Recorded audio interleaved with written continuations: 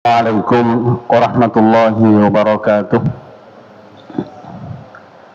Bismillah, alhamdulillah, wassalatu wassalamu ala rasulillah wa ala alihi wa sahbihi wa man wala wa la hawla wa la quwata illa billah wa ba'd.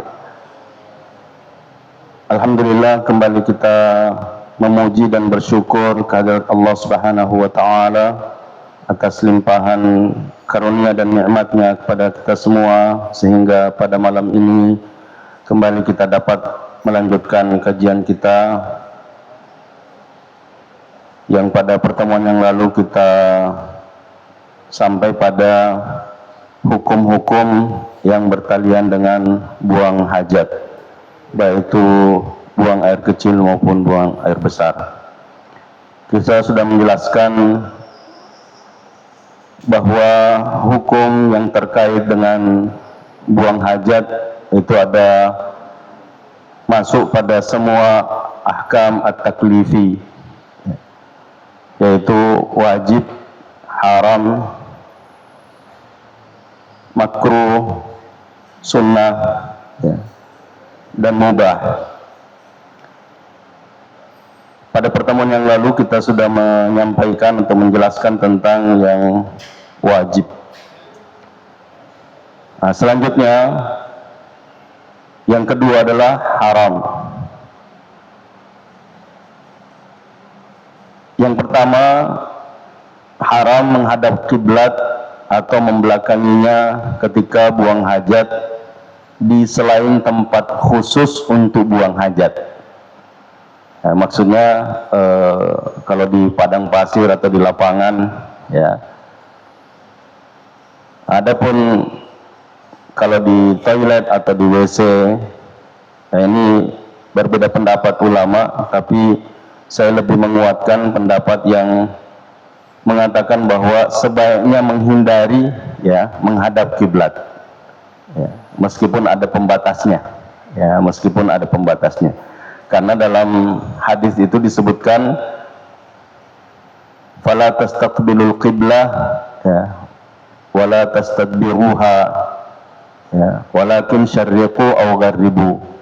Ya, jangan kamu menghadap kiblat dan jangan membelakanginya, ya, tapi menghadap ke timurlah atau ke baratlah. Nah, jadi di sini tidak disebutkan tempat, ya, yang terbuka, tapi semua tempat. Ya, yang jelas buang hajat maka sebaiknya tidak menghadap ke kiblat atau tidak membelakangi kiblat. Nah, selanjutnya yang kedua, buang hajat di jalanan atau di tempat berteduh atau sejenisnya, ya, karena bisa menyebabkan laknat, ya, yang disebut oleh Nabi Sallallahu Alaihi Wasallam, ittaqul la'anaini. Qalu wa man la'anan ya Rasulullah? Qala alladhi yatakhalla fi tariqin nas aw fi dhillihim. Hindarilah dua tempat atau dua yang terlaknat.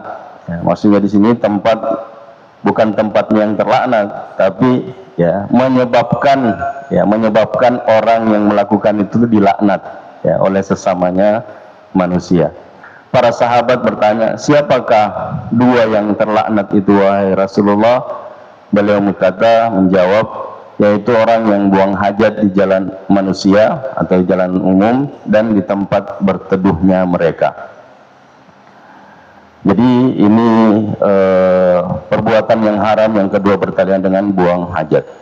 Kemudian yang ketiga, membawa mushaf Al-Quran ke dalam toilet atau WC karena termasuk merendahkan, ya, kecuali jika khawatir hilang, ya. Apalagi kalau yang kemarin ada pertanyaan bagaimana kalau HP, ya. Meskipun saya lebih menguatkan pendapat yang mengatakan HP itu bukan mushaf, ya, HP itu bukan Al-Quran, sehingga meskipun di dalamnya ada aplikasi Al-Quran, ya, tidak bisa, ya, jadi tidak semua yang ada di dalamnya Al-Quran, ya, tidak. Karena kalau ini yang terlarang juga masuk, maka orang yang penghafal Al-Quran tidak boleh masuk WC itu. karena membawa Al-Quran. Gitu. Nah, kemudian yang ketiga, sunnah atau mustahab, ya, yang disukai. Yang pertama, menjauh, ya, dari manusia ketika buang hajat di selain tempat khusus buang hajat. Ya, maksudnya kalau di sahara atau di lapangan, ya, lapangan tempat yang luas, maka sebaiknya mencari tempat yang tidak nampak atau tidak kelihatan oleh manusia. Kemudian yang kedua, mengucapkan basmalah, ya, dan berdoa ketika hendak masuk ke tempat buang hajat. Nah, jadi ada doa, ya, minimal mengucapkan bismillah. Sebahagian ulama mengatakan hikmah diperintahkannya kita untuk membaca atau berzikir sebelum memasuki tempat buang hajat agar aurat kita tidak nampak oleh, ya, makhluk lain yang tidak nampak, ya. Jadi agar aurat kita tidak nampak oleh makhluk lain yang memang suka tempat yang kotor. Ya, kemudian ketika selesai, ya, dan keluar dari tempat tersebut, ya, juga disunnahkan untuk berdoa, ya, minimal doa ketika selesai dan keluar itu ghufranak, ya, ghufranak. Nah, di sini ada sebahagian ulama ditanya, kenapa kita harus membaca kalimat ghufranak? Ghufranak itu adalah ampunanmu ya Allah, ya, ampunanmu. Kenapa kita harus mengucapkan itu padahal kita tidak ngapa-ngapain? Ya, dijawab bahwa mungkin Anda merasa tidak melakukan dosa, ya, tidak melakukan sesuatu, tapi dianjurkan untuk mengucapkan ghufranak itu karena pikiranmu, ya, atau sesuatu yang kamu lakukan mungkin dalam hati, ya, apalagi kalau sudah diucapkan, ya, makanya nanti ada makruh, ya, larangan berbicara ketika buang hajat. Nah, itu mungkin kita tidak menganggap itu dosa, ya, padahal bisa jadi itu dosa, ya, bisa jadi itu dosa. Nah, meskipun ada doa yang diajarkan oleh Nabi Shallallahu Alaihi Wasallam yang lain, ya, diantaranya seperti membaca Allahumma tahhir qalbi, ya, minan nifaq wa hassin farji minal fawahish. Ya Allah, bersihkanlah hatiku dari sifat munafik dan jagalah farajku, kemaluanku dari melakukan dosa. Kemudian sunnahnya juga yang ketiga, mendahulukan kaki kiri ketika masuk, ya, ke tempat buang hajat, ya, dan kaki kanan ketika keluar, ya, ketika selesai. Mungkin ada pertanyaan, bagaimana kalau bukan tempat, ya, tempat khusus, ya, apakah ini masuk, ya, masuk? Saya menguatkan pendapat ulama yang mengatakan iya. Jadi kapan kita membaca itu, ya, dan kapan kita mendahulukan kaki kiri, ya, kapan kita mendahulukan kaki kanan. Nah, ketika kita buang hajat bukan pada tempat, ya, buang hajat atau bukan WC, bukan toilet, maka ketika kita mau jongkok, ya, kita mendahulukan kaki kiri, ya, kemudian membaca, ya, bismillah, ya, Allahumma inni a'udzubika minal khubuthi wal khaba'ith, ya. Nah, kemudian ketika selesai, ya, mendahulukan kaki kanan, melangkah, ya, meninggalkan tempat buang itu, dan membaca ghufranak. atau membaca alhamdulillahilladzi adhaba annil adza wa afani. Ya, itu doa yang lain ya selain yang kita sebutkan tadi, yaitu Allahumma tahhir qalbi minan nifaq wa hassin farji minal fawahish. Kemudian yang keempat, yang terakhir, mencuci tangan ketika selesai buang hajat. Ya, jadi mencuci tangan ketika selesai beristinja atau beristijmar. Kemudian yang keempat, ya, hukum yang keempat adalah makruh. Ya. Yang pertama, berbicara atau ngobrol dengan orang lain ketika buang hajat, ya, kecuali jika terpaksa. Ya, kecuali jika terpaksa. Nah, ini biasanya kalau ya buang hajatnya bareng-bareng gitu. Ya, buang hajat bareng-bareng, biasanya ngobrol, ya. Nah, dan terkadang juga di tempat yang tertutup, ya, tempat yang tertutup, apalagi kalau mengeluarkan suara misalnya, ya, tiba-tiba ada kedengaran di luar, lalu menimpali gitu ya, atau menyampaikan, itu terkadang tanpa sadar dijawab, ya, ya, dijawab, ini sudah termasuk ngobrol, gitu. Dan ini perkara yang makruh, ya, dibenci. Ya, kalau ya biasa saya menyampaikan bahwa ketika kita mengatakan makruh, ya, sebagian orang mengatakan makruji, detona haram, makromi, ya. Tapi saya mengambil pelajaran dari guru saya, ya, selalu saya mengatakan begitu, dan beliau dengan mimik wajah yang lucu, ya, tapi seolah-olah ngeri, ya. Jadi kalau mendengar kata makruh, ya, maka kita ingat, ya, arti makruh itu dibenci, ya, dibenci. Nah, siapa yang benci, ya, siapa yang membenci perbuatan itu, ya, Allah dan Rasulnya. Allah dan Rasulnya benci, kok kita berani melakukan.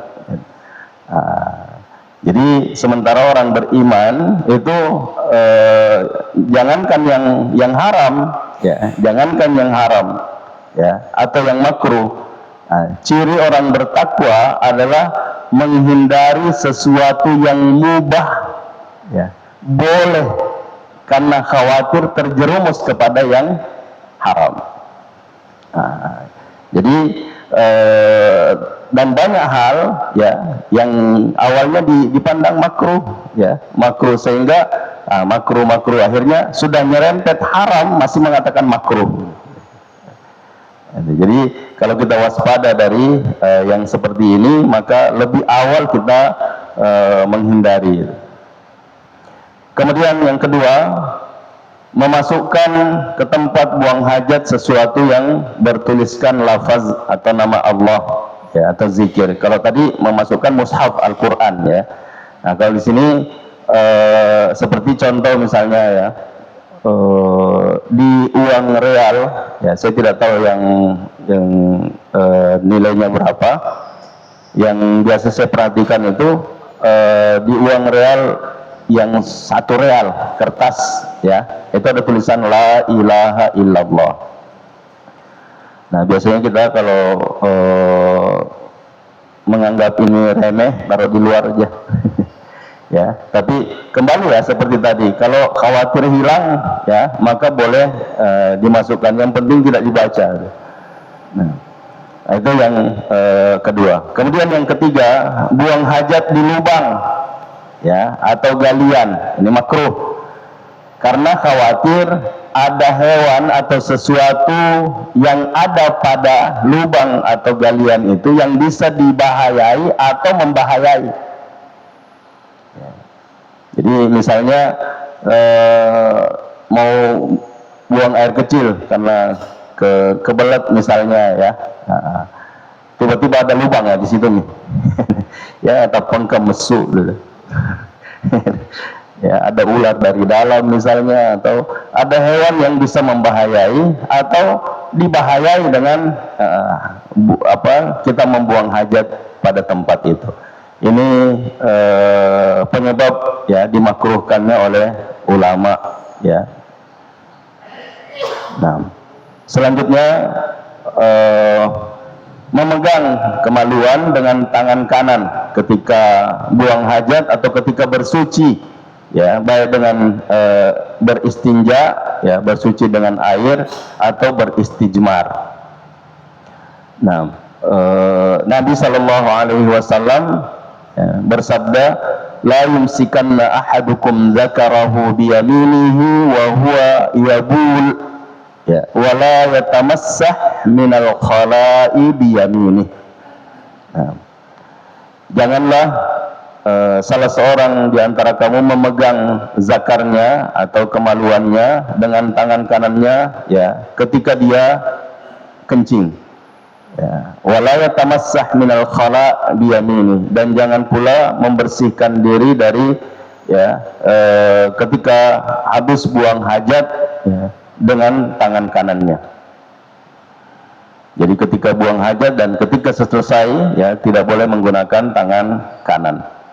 Nah, ini yang disebutkan kecuali terpaksa ya. Nah, kecuali terpaksa ya, keterpaksaan misalnya yang kiri tidak bisa bergerak atau yang kiri tidak bisa dipakai, maka ya ini disebut apa boleh buat ya, apa boleh buat ya, kecuali ada yang bisa membantu ya, ada seperti di rumah sakit misalnya ya, di rumah sakit. Makanya sebaiknya kalau di rumah sakit, kalau kita laki-laki ya cari perawat laki-laki ya. Jangan sengaja minta yang perawat itu. Ya, kalau masih bisa dihindari ya, dihindari, karena apalagi sekarang ya, susah sekali itu menghindari sesuatu yang haram ya, terkadang dikatakan terpaksa nih. Terpaksa. Padahal jangankan kita ya, perawat atau bahkan dokter ya, terkadang melanggar sumpah tuh ya, terkadang melanggar sumpah ya, seperti yang banyak kejadian lah ya, banyak kejadian yang akhirnya dipolisikan ya, karena dokter yang melakukan misalnya perbuatan yang tidak senonoh dengan ya pasiennya atau yang lain. Nah, selanjutnya kita masuk pada masalah beristinja dan beristijmar. Istinja dan istijmar adalah cara membersihkan diri setelah buang air besar atau buang air kecil, namun berbeda dalam metode atau caranya. Istinja adalah membersihkan bekas kotoran atau najis yang keluar dari dua jalan dengan air. Ya, jadi kalau cebok ya dengan air namanya istinja. Tapi kalau selain air ya, benda padat ya, baik batu atau kayu, kertas ya, kertas, nah itu disebut istijmar. Ya, istijmar.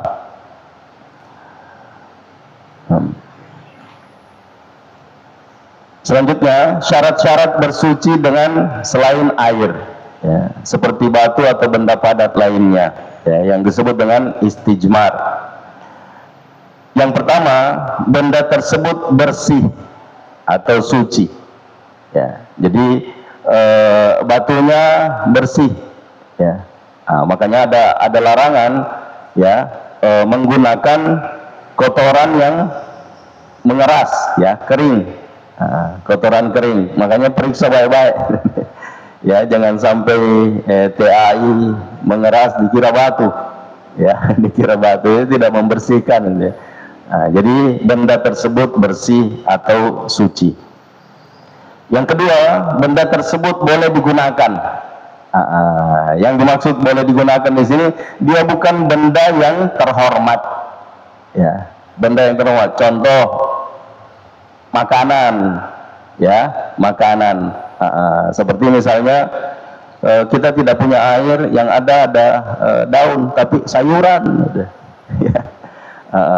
Kol, ya, sawi, ya, tidak boleh, ya, tidak boleh.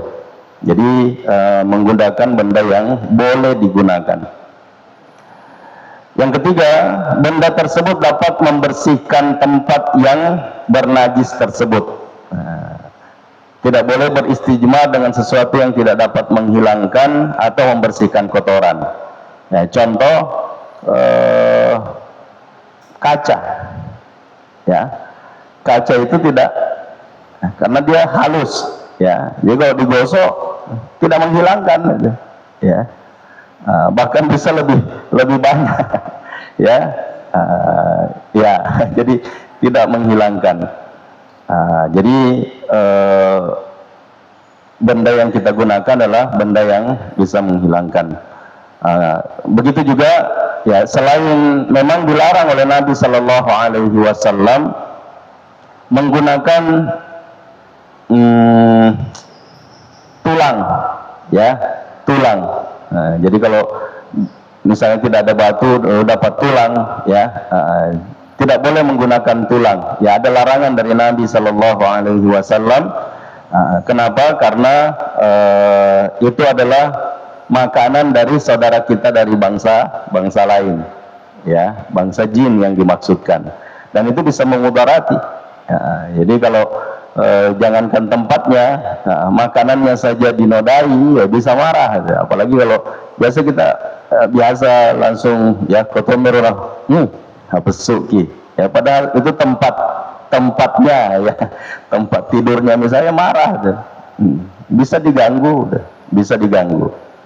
Nah, itu menghindari hal-hal yang tidak diinginkan, maka sebaiknya menjauhi.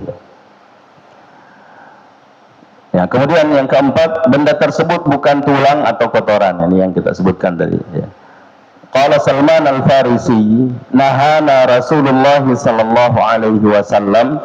Jadi Salman Al-Farisi berkata, dan ini hadisnya marfu' sampai kepada Nabi sallallahu alaihi wasallam, ya, karena beliau mengatakan, Nabi sallallahu alaihi wasallam melarang kami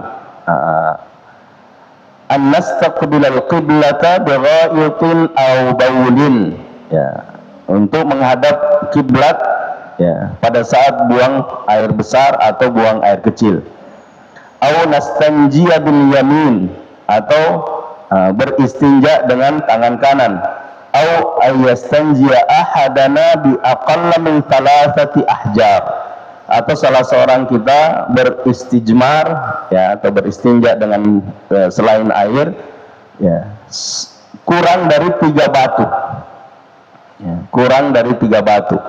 Ya, meskipun ada ulama yang mengatakan kalau tidak ada batu, ya, tidak bisa dapat 3 batu, maka cari batu yang punya 3 sisi, ya, punya 3 sisi. Jadi itu bisa dipakai pertama, ya, di sebelah sini, kemudian yang kedua sebelah sini, yang ketiga sebelah sini. Ya, itu jadi 3 sisi. Tapi kalau ada sebaiknya, ya, mengambil 3 batu atau lebih. Nah, au ayyastanjiya bi raji'in au bi 'adhamin. Dan juga Nabi Shallallahu Alaihi Wasallam melarang kita untuk beristijmar atau beristinja, membersihkan diri dengan raji', ya, kotoran yang kering, ya, atau dengan tulang. Jadi ini hadis Nabi Shallallahu Alaihi Wasallam yang diriwayatkan oleh Imam Ahmad. Oke. Kemudian yang kelima, yang terakhir, ya, benda tersebut bukan sesuatu yang dimuliakan, ya, seperti makanan atau kertas yang padanya ada tulisan yang dimuliakan. Nah, jadi kecuali kalau kertasnya memang kertas khusus untuk itu, ya, yang sekarang sudah berubah fungsi juga, ya. Terkadang kita mendapatkan di rumah-rumah makan, ya, di warung-warung itu tisu toilet sebenarnya, ya, yang dipakai ditaruh di meja makan. Nah, jadi seperti yang biasa kita lihat ya, yang lubang tengahnya itu ada tempatnya di toilet itu ya, dipasang. Nah, itu terkadang kita di warung-warung memakai itu, tapi tidak apa-apa sebenarnya ya. Yang jelas ini adalah memang diperuntukkan untuk membersihkan ya, untuk membersihkan. Nah, yang dimaksud di sini kertas yang dimuliakan, misalnya buku ya, buku cetak ya, apalagi kalau dalamnya ada tulisan-tulisan yang dimuliakan, itu dilarang. Nah, kemudian sebagai tambahan ya, di sini bertalian dengan buang hajat ini, la yabulanna ahadukum fil ma'id da'imil ladzi la yajri thumma yaghtasilu fihi. Ya, jangan sekali-kali salah seorang di antara kalian kencing di air yang tergenang atau tidak mengalir ya, kemudian dia mandi padanya. Ya, jadi sudah kita sampaikan pada pertemuan yang lalu bahwa kalau airnya mengalir ya terserah, mau lihat yang kuning lewat juga tidak masalah ya. Tetap bisa digunakan untuk bersuci. Tapi kalau dia tidak mengalir ya, tergenang, maka tidak boleh ya, kecuali kalau jumlahnya banyak ya, kecuali kalau jumlahnya banyak. Nah, kenapa ada rahasia yang disebutkan oleh ahli kesehatan, bahwa di dalam kencing itu ya ada semacam bakteri ya, bahkan bisa jadi virus yang kalau mengenai badan ya, ada istilah bisa menyebabkan demam ya, demam monyet ya disebutnya dalam ya. Dan yang paling ringan dari ya penyebab itu adalah yang disebabkan oleh air kencing tadi adalah jadi penyakit kulit ya, yang membuat seseorang terkena penyakit kulit, dan ini bisa lebih parah ya, dan berujung dengan kematian ya, bisa berujung dengan kematian. Sehingga ini juga satu mukjizat ya yang disampaikan oleh Nabi Shallallahu Alaihi Wasallam. Beliau adalah seorang yang ummi ya, tapi menyampaikan wahyu dari Allah Subhanahu Wa Taala, dan beliau bukan seorang ilmuwan yang meriset ya. Sehingga ada orang yang masuk Islam karena hadis ini ya, karena hadis ini ya, bahkan ada yang masuk Islam karena hadis bertalian dengan sayap lalat ya. Jadi kalau ada lalat masuk ke minuman, jangan dibuang minumannya ya, celupkan saja lalatnya, celupkan lalatnya, maka setelah itu buang, boleh diminum ya. Kenapa dalam hadis disebutkan ya, dan itu bisa kita perhatikan, kalau lalat itu masuk ya, kalau di awal-awal yang pertama masuk itu adalah sayap yang ada penyakitnya ya, sayap yang ada penyakitnya. Tapi kalau lama ya, dia pasti tenggelam ya. Nah, kalau sudah tenggelam tidak ada masalah tuh ya. Jadi kalau dia masih terapung, maka celupkan supaya bisa masuk dua-duanya. Jadi salah satu di antara dua sayap itu ada penyakit, ada obatnya ya, ada penyakit dan ada obatnya. Nah, ini juga rahasia, sehingga ada ilmuwan yang masuk Islam dengan ya riset ya, mempelajari ada apa dengan hadis ini. Kemudian hukum beristijmar ya, beristinja lebih afdal daripada beristijmar ya, karena lebih sempurna bersihnya. Jadi membersihkan diri dari kotoran ketika selesai buang hajat ya, dengan air itu lebih afdal ya, lebih afdal daripada dengan benda selain air. Nah, dan menggabungkan keduanya baik ya. Misalnya kita tidak banyak air ya, tidak banyak air. Maka boleh menggunakan awalnya dengan batu atau benda yang lain, ya, setelah itu mencuci dengan air yang tinggal sedikit itu. Kemudian mencukupkan dengan istijmar boleh dengan dua syarat. Ya, mencukupkan dengan beristijmar saja menggunakan alat pembersih selain air, ya, baik itu batu atau benda padat lainnya, ya, dengan dua syarat. Yang pertama, bahwa najis itu atau kotoran itu tidak melampaui area tempat keluarnya, ya.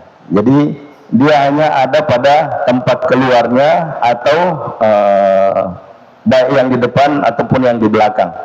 Nah, tapi kalau dia menyebar, ya, kalau dia menyebar, maka tidak cukup hanya dengan batu, ya. Karena kalau tadi disebutkan bahwa meskipun batu itu punya 3 sisi, ya, tapi kalau dia menyebarnya banyak, ya, menyebarnya banyak, nah itu bisa mengenai tempat-tempat selain tempat keluarnya. Maka sebaiknya menggunakan air, ya, sebaiknya menggunakan air. Ya, kalau sekarang tidak terlalu susah, ya, karena ada tisu yang memang, ya, khusus dengan itu, tisu basah namanya. Ya, kalau tidak ada tisu basah, ya tisu kering dibasahi. Nah, kemudian yang kedua, syarat yang kedua bahwa dia beristijmar dengan 3 gosokan atau lebih, ya. Jadi sehingga tercapai kebersihan pada jalan keluar kotoran tersebut dari sisa-sisa kotoran. Jadi tidak cukup dengan hanya sekali, ya. Jadi makanya tadi Nabi menyebutkan dengan 3 batu, ya. Kalau tidak ada 3 batu, maka 1 batu yang punya 3 sisi yang bisa dipakai, ya, membersihkan, ya. Kemudian dianjurkan bagi seorang yang mau masuk ke toilet atau WC untuk mengetuk pintu, ya, untuk mengetahui ada atau tidak ada orang di dalam. Ini yang disebutkan mubah nih, ya. Ini mubah.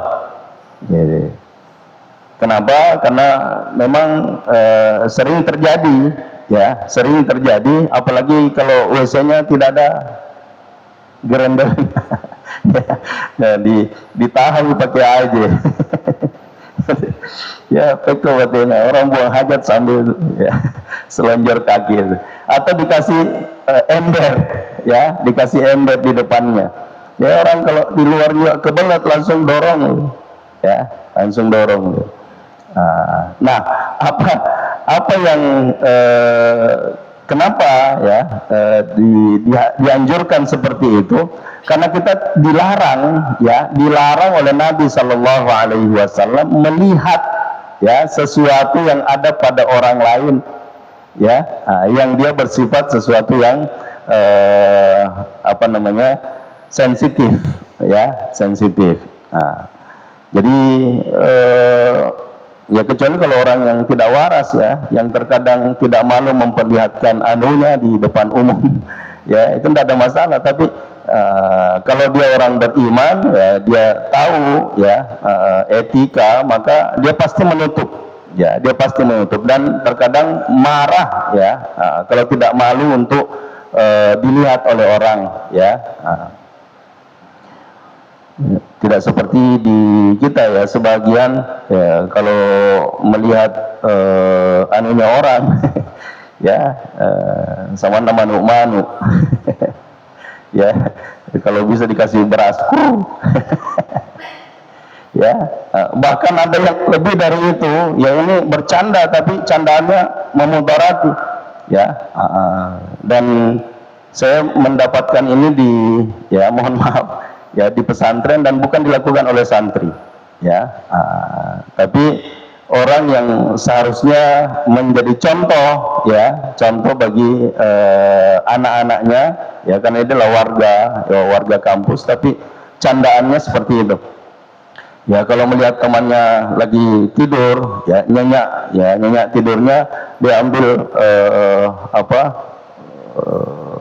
benang, ada benang pengikat semen biasanya, ya, yang agak besar itu, itu diikat. Biasanya kalau orang tidur kan melengkung gitu.